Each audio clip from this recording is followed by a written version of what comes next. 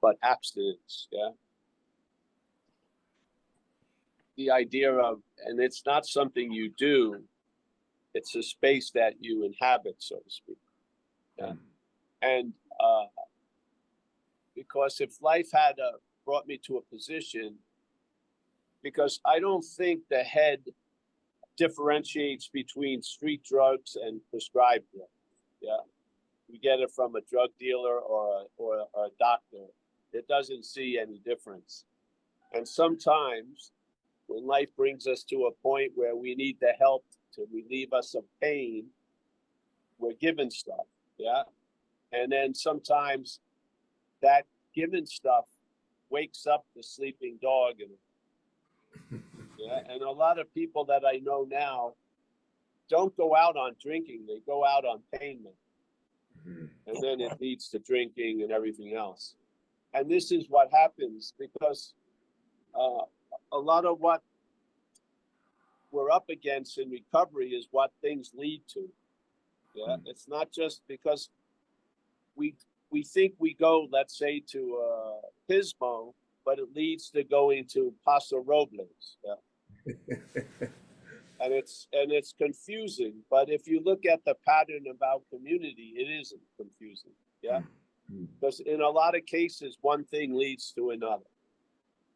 So what the beauty of it is, if you have the ability,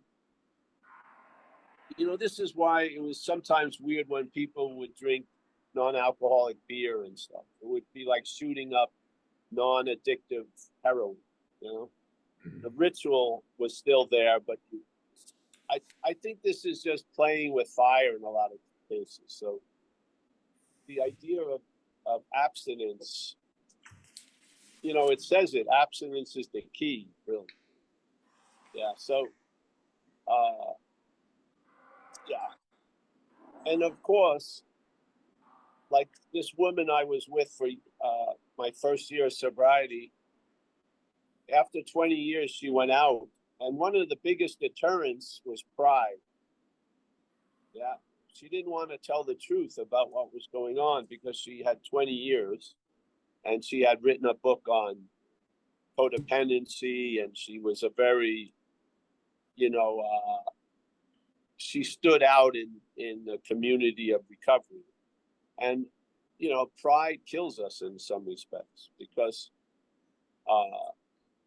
again, it's a lot of it always has to do with an identification as something. So if you believe that you have the solution and it isn't the solution, you're very rarely going to be open to the solution because you already believe you have it down. Yeah. And I believe recovery and service and such keeps us on a good level of humility because I truly believe the most fundamental condition of being sober was based on something other than me. Yeah, that something other than myself keeps me sober. Yeah, and got me sober. So on that, being there on that fundamental level, it shows itself in much more subtler, more mundane levels that something is doing for us what we couldn't do for ourselves. I think that really begets a lot of humility. And when shit happens, yeah? You just tell the truth and you get back on the horse, Yeah, so in our meeting here, do you want to start? Yeah. Well, I think we already did. Yeah, we already did, but we'll do a formal start. This is not an AA meeting. Yeah, and I can only see Kurt, so I'm going to talk to Kurt. To everyone else, I don't want to play around with the phone. Okay, hold on one second. Yeah. So, because that used to happen to me. I got the little format up here. Hold on. Hello, welcome everybody. This is Kurt, alcoholic, and we're glad you're here. Just a few things. It's not an AA meeting. It's a Paul H. reflection on the exact nature of the wrong, as described in page 64 of the AA Big Book, and a solution found in the 12 steps. The meeting is being recorded, but it's not being streamed on Facebook anymore. Also, please remember this is not an all-share meeting, rather it's question and answers. for Paul H's take on the 12 steps, or parts of it. For details on Paul's events, Under Arrest books, fabulous t-shirts, nice mugs too. Thanks for the mug, Paul. And a past event on videos, go to zenbitchslap.com. So he's already kind of started on one thing, but to get things. I'm not gonna stay there, Kurt. That was just putting it out there. Okay. What we're gonna stay on is first and foremost to have a clarity of the exact nature of the wrong. Okay. Well, because where does pride come from? The sense of being the doer of stuff. And where does shame and guilt come from? The sense of being the doer of stuff. Yeah? Yeah. A lot of us are easily ready to give all credit to the higher power, but we're stuck in a certain limbo about giving accountability to the lower power. I see this as a sort of defense mechanism of the parasite. I don't think it's a weird phenomena in our society. Most of us have the ability to be grateful for something doing for us what we couldn't do for ourselves. I don't see how that's not applied to what did to us and through us shit we would have never done by ourselves. So I believe there's a camouflage it's an active mental curtain, so to speak. Yeah. It'll let you see the one side of the sun, but not the other side of the sun. And I truly believe, and this is through my own experience and observing, that this just promotes more bondage of self, even in the realm of recovery. Yeah? So if we are not the one, it's almost said no human power could get us sober. I don't believe a human power did what we did. I think something in us drove us. I believe we're the human power. I don't think we were driven by a human power. I think we were driven by like a parasitical activity. And that foreignness is disguised perfectly as us. It talks to us as us. And when it does or drives us to do something, we get left holding the bag. Now, I think that's a huge territory of potential reclaimed space in our lives that's just being auctioned off to the head. Basically, the head has control of our past because we're seen as the doer of all the shit that we were driven to do while under the influence, and we're still trying to come back to reverberations of the shame and guilt and the remorse, even after 40 years. So I think this is it's sort of like living in let's say Maryland and not knowing there's 49 other states. Yeah, I think there's a huge amount of space of relief that's available to us if you just start looking at really the exact nature of the wrong as foreign to you. Yeah, and that when it's controlled, it doesn't mean you're controlled. You're basically let off a leash, actually. Yeah, you just have to live by simple principles that aren't very difficult and get into the habit of that. And basically, you're like a free-range alcoholic from that point.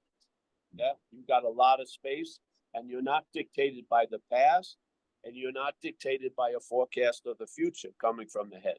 Yeah, so you're in a I don't know condition, but with a sense of security, not a lot of anxiety around I don't know. Because I do know I'm going to be taken care of. I don't know how it's going to look, but I do know I'm going to be taken care of because I have been taken care of for 36 years. I know that. Now, I don't know how it's going to look. So I can't read. I don't know where the dance is going to go by looking at or reacting to the first set of steps. I don't. Yeah. And this is what happens. The head immediately jumps into anxiety that things aren't going to go your way. If you see that is not you, yeah, it's much easier than trying to change it. Yeah. Because it's going to difficult. It's hard to change a program. Yeah. Yeah. It's programmed. Yeah, it's programmed to react suddenly and see things as threats and nuisances, and these persons are fucking with me.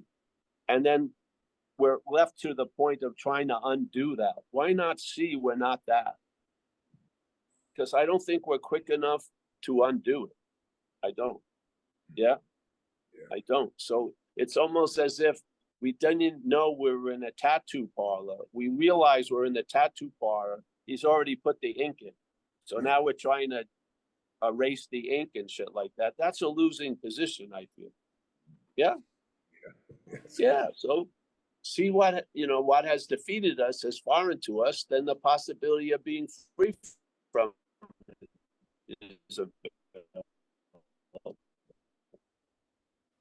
if not, you're going to try to, and you're going to get relief from the bondage of self as the bondage of self. Wow. So yeah, it's, basically I'm like a one note bird. We just Kind of breaking up a little bit there, but you're frozen now. Or what branch we're on. But oh, can you see me, hear me? Yeah, you're freezing up a little bit. All right. Well, we're not going to stay long, all right? Yeah. Oh, because I'm moving the phone. Hold on. Yeah, that's I hope you heard that. That was cool. Heard this level. No, he's here. I had to shut the door. All right, I'm here. Yeah. There you go. So, if there's any questions or anything, that's I'm not riffing to Kurt. I'm only seeing Kurt. I'm riffing, hearing. Yeah. Yeah. If it lands on Kurt, great. Oh, we lost. Yeah, well, what do they call that? Synchronicity, right? Oh, now you're sideways, Paul.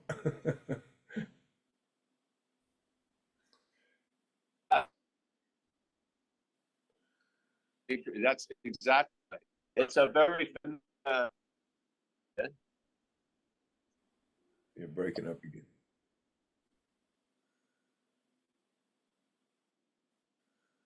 You froze.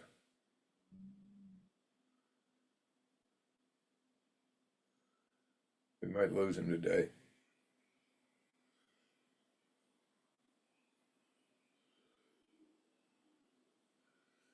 I think we lost him, Michael.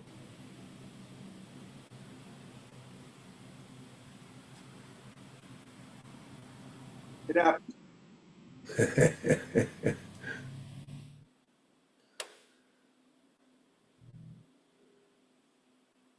Yeah, that's good. Maybe you can, log back in. Maybe that'll work.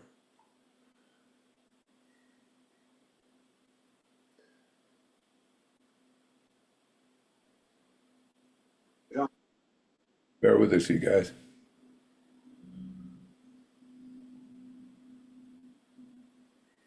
There you are.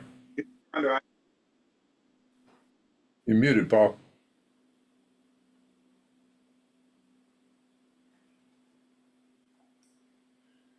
We got you, but you're muted. All right. Yeah, there you go. Oh, good. Sorry about that. Someone called me and it interrupts the Zoom. Yeah. It was probably Joshua Tree Coffee wondering why I'm at a Starbucks. I'm cheating on it. Yeah, you're cheating. I'm cheating on my favorite coffee. So yeah, that's what I have to say today. The foreignness of it. And when are you going to be forgiven for shit you didn't do? I mean, come on. Really? When? Yeah. So, I mean, if everyone that you know who is an active alcoholic did the similar shit, you got to get, you didn't do it. That which inhabited Ted was inhabiting me. So Ted and me looked like we did similar shit because we weren't doing it as Ted and me. We was doing it as what was inhabiting us. Yeah. There's not millions of selves. There's self. Yeah. And this is the name we give it, this movement that takes over our life, we give that the meaning, self, in AA. Yeah.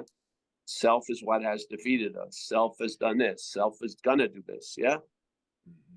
How do we keep identifying with it as us? I would say the only way we can keep identifying as us is reliance on self. When we rely on self, we think we're self. Yeah. So AA says perhaps there's a better way, trusting the infinite rather than finite self. Where's that going to be seen? Is in the head. Yeah. Do you take every one of your thoughts to be the truth? You're listening to a propaganda channel. Really. Yeah, it is. And if you could plug into someone else's head who has active alcoholism, it would sound just like the station you are calling yours. It would. Yeah. So, yeah. I think that's the best thing we have to offer is the nature of the problem is foreign to us. That's how it led to me being able to be free from it a day at a time, truly, instead of trying to be free as it every day. Yeah. So now I get freed from it a day at a time. Trying to be free as it is a lot of fucking work. Free from it doesn't really demand it much at all. Yeah, just following some simple principles and suggestions, and just don't pick up. Yeah. All right. Anyone, Kurt, there have a question? Yeah. Anybody got anything? Well, you kind of said something the other day. I don't see any hands. Let me look. Just the no hands up. You said something the other day about, like I was talking to someone last night about this. It says our actor, and they said, it's really funny you say that, and you've said that a bunch of times. She goes, I've read that 1,000 times, and I always seen it as my actor. She said, and I went back in the book and looked at it. It does say our actor. It doesn't say my actor, and very similar. It's like, well, now why isn't that seen? You said something the other day in the office. It says this subjective experience is mental, right? Am I correct in what you said? Yes. Yeah. So the subjective experience is mental. So that's how you see it. That's just the lens you're looking through, correct? Yes. Called self-centeredness. Yeah, and we call it, self-centeredness in the program. So when it is seen, it has to be seen from being separate from it. Yes. Right. You see self-centeredness instead of looking through self-centeredness. Yeah. Right. Yeah. Instead of believing the telescope is you see the telescope. Yeah. And therefore, you've been perceiving through the telescope, which has given you different proportions and different depth, time and space. Right. And then we're trying to work on the telescope every fucking day when you could just back away because you have the eyes to see without the telescope. Yeah. So of course, is because they're not describing Paul in the book. They're describing an alcoholic. Yeah. Which that's why so many of us identify with the book, because it's describing the alcoholic, not the Paul. Yeah. Paul is going to be what's found out when the alcoholism is subdued. Yeah. You're not finding out much about Paul under the influence of alcoholism and addiction. You're not. Yeah. So we're going to find out about us with knowledge of self. But yeah, instead of self-knowledge, which avails us nothing, we're going to have knowledge of self, and that knowledge is I'm not self. Yeah. So when it claims to be the doer of past events, I see that it is the doer of past events, but I'm not the doer of past events. You see? Yeah. The self is telling the truth. When self in the head says my resentment, that's true. It's a characteristic of self. So when it calls the resentment mine, it's being truthful. We're believing I'm the one that's saying that. That's where the untruth is. The head is telling the truth. It's anxious and worried and hateful and spiteful and divisive all the fucking time in a way. It's a very myopic very scared guy behind the curtain in The Wizard of Oz. Yeah. But we're listening to its inner dialogue as our dialogue. This is the fucking bondage of self. We've jacked into a weird radio station that's completely myopic and just constantly concerned about its own self, and we're taking it to be us. We're thinking it's a living narrative instead of like a boxed audio tape. Yeah. Yeah. So we keep listening to it describe how it sees things, and we say, this is how I see things. Yeah. That's called identification as self. That is the bonding mechanism. The bondage of self is identification as self. That's what we're up against. But I'll tell you, it doesn't stand well when the light is shown on it. You can see through it. Yeah. If you keep letting it direct the light that you are, you're going to be blind to it. It's going to direct the light that we are into trivial fucking grievances and upsets and resentments and anxieties. If that light that's getting spotlighting that all those things is put on the thing itself, you'll see there isn't a thing. It's a mental activity, yeah, has its own agenda, and you're not on the top of its list. Just watch. If you're riding a bike, it doesn't even have to be expensive. You're riding a bike and you start falling into a ditch, you try to save the bike. You'll fucking fall down the cliff, get 8 broken legs, and you'll feel it was successful because the bike was undamaged. What does the head value at that moment, which is many moments, the bike? In Starbucks, people will get into a collision not to drop their fucking dandy latte, whatever. Yeah. That's a weird value system, eh? Mm-hmm. Yeah. Come on, if the shoe fits, wear it, man. Go to your first meeting. Check it out. Yeah. You do not suffer from an incurable state of mind and body. You're suffering from a delusionary state. Yeah. Yeah. Yeah. So I'm stoked, but hey, we're going to go soon, eh? Yeah. I think Starbucks is up. They don't see me buying anything. They're getting suspicious. I did for you. Any question? Any questions, anybody? Comments? I don't see any hands, Paul.